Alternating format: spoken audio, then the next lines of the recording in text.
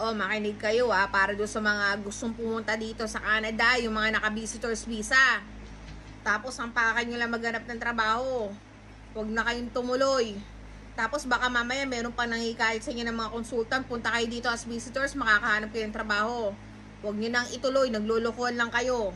Hindi na pwede ngayon magtrabaho, ang tourist visa, hindi na kayo pwede maghanap dito ng mga ELMIA, pinagbabawal ng gobyerno ng Canada.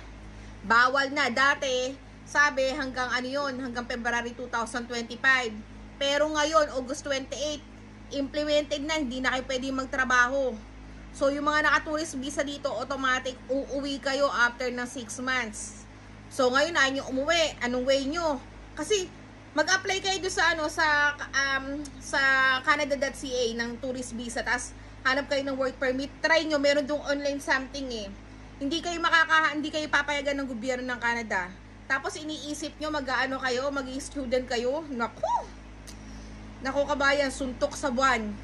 Kailangan mo ng maraming pera. Tourist visa nga lang, kailangan mo ng maraming pera, mag-estudyante ka pa kasi wala kang choice. Eh lalo, kahit estudyante ka, 24 hours ka lang makakapagtrabaho dito eh.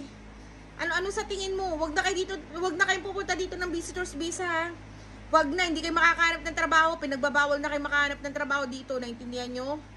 Masyado akong harsh pero yun ang katotohanan.